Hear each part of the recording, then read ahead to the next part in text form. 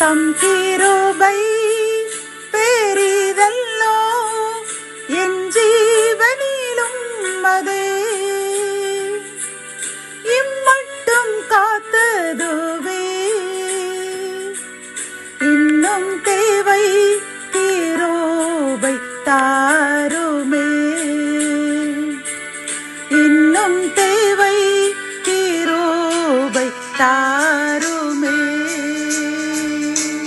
ஆண்டவரும் அருமை இரட்சகருமாகிய இயேசு கிறிஸ்துவின் ஈடு இணையற்ற நாமத்தில் சேனைகளின் கர்த்தர் ஊழியத்தின் மூலம் 4/9/2025 இந்த நாள் உங்களுக்கும் உங்கள் சந்ததிகளுக்கும் ஆசீர்வாதத்தின் நாளாக அமையப் போகிறது என்று மனதார வாழ்த்துகின்றேன்.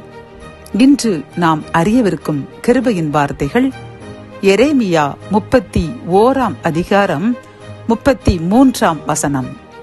நான் என் நியாய பிரமாணத்தை அவர்கள் உள்ளத்திலே வைத்து அதை அவர்கள் இருதயத்திலே எழுதி நான் அவர்கள் தேவனாயிருப்பேன் அவர்கள் என் ஜனமாயிருப்பார்கள் என்று கர்த்தர் சொல்கிறார். கத்தோலிக்க வேதாகமம் இவ்வாறு கூறுகின்றது, என் சட்டத்தை அவர்கள் உள்ளத்தில் பதிப்பேன், அதை அவர்களது இதயத்தில் எழுதி வைப்பேன், நான் அவர்களின் கடவுளாய் இருப்பேன், அவர்கள் என் மக்களாய் இருப்பார்கள் என்கிறார் ஆண்டவர் என்கின்றது. இந்த செய்தியை கேட்டுக்கொண்டிருக்கின்ற என் அன்பு சகோதரனே சகோதரியே, கர்த்தர் இன்று நம்மிடம் பேசும் கிருபையின் வார்த்தை என்னவென்றால், அவர் அவருடைய நியாய பிரமாணங்களை நமது உள்ளத்திலே வைத்து அதை நாம் கடைபிடிக்கும்படி அவர் நமக்கு கிரியை செய்து நாம் அதை ஏற்றுக்கொண்டு கடைபிடிக்கும் பொழுது அவர் நமக்கு தேவனாயிருப்பாராம், நாம் அவர்கள் ஜனமாயிருப்போமாம். பிரியமானவர்களை, எவ்வளவு அருமை பார்த்தீர்களா?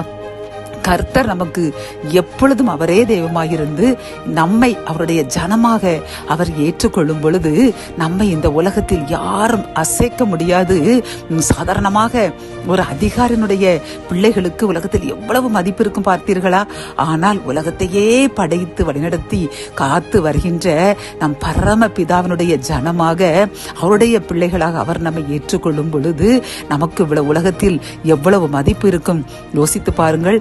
ஆகவே நாம் அவருடைய நியாய பிரமாணங்களை அவர் நம் உள்ளத்தில் தரும் பொழுது அதை ஏற்றுக்கொண்டு நாம் அதன்படி வாழ 100% அதன்படி வாழ முயற்சி செய்து, ஒரு சில தவறுகள் சில நேரங்கள் நம்மை அறியாமல் செய்து விட்டாலும் கூட நாம் அதை உடனே அவருக்கு அறிக்கை செய்து, ஐயோ அப்பா, நான் தெரியாமல் இன்று இந்த உமக்கு பிரியமற்ற காரியத்தை செய்து விட்டேன், உமது ஆவியானவரை நான் துக்கப்படுத்தி விட்டேன் என்று உடனே நாம் முழங்கால் படியிட்டு நாம் தவறை உணர்ந்து அதை திருத்தி விட்டோம் என்றால் அவர் மனப்பூர்வமாக மன்னித்து நம்மை ஏற்றுக்கொண்டு அவருடைய பிள்ளையாக அவருடைய பரிசுத்த ஜனமாக நம்மையும் நம் சந்ததியையும் என்றும் அவர் ஏற்றுக்கொண்டு ஆசீர்வதிப்பேன் என்று வாக்கு கொடுக்கின்றார். பிரியமானவர்களே, ஆகவே நாம் அவருடைய நியாய பிரமாணங்களை, அவருடைய கற்பனைகளை, கட்டளைகளை கூடுமான மட்டும் நாம் காத்து பரிசுத்தமாய் நடப்போம்.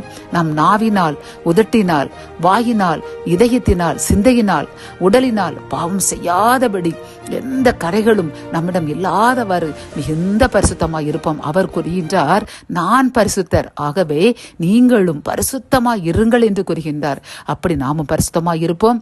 அப்பொழுது அவர் ஜனமாக அவர் நம்மை ஏற்றுக்கொண்டு நம்மையும் நம் சந்ததிகளையும் 1000 தலைமுறை மட்டும் ஆசீர்வதிப்பார். ஜெபம்.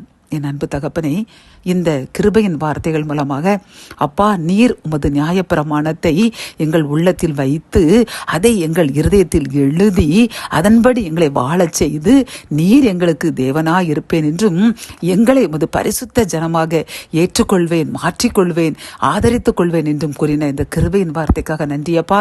நாங்கள் இந்த செய்தியை கேட்டுக்கொண்டிருக்கின்ற அன்பு சகோதரனும் சகோதரியும் எங்களை உங்களிடம் ஒப்பு கொடுத்து விட்டோம். உமது நியாய பிரமாணங்களின்படி நடத்துங்க, உமது ஜனமாக ஏற்றுக்கொள்ளுங்க, அதன்படி எங்களை பரிசுத்த ஜாதியாக மாற்றுங்க.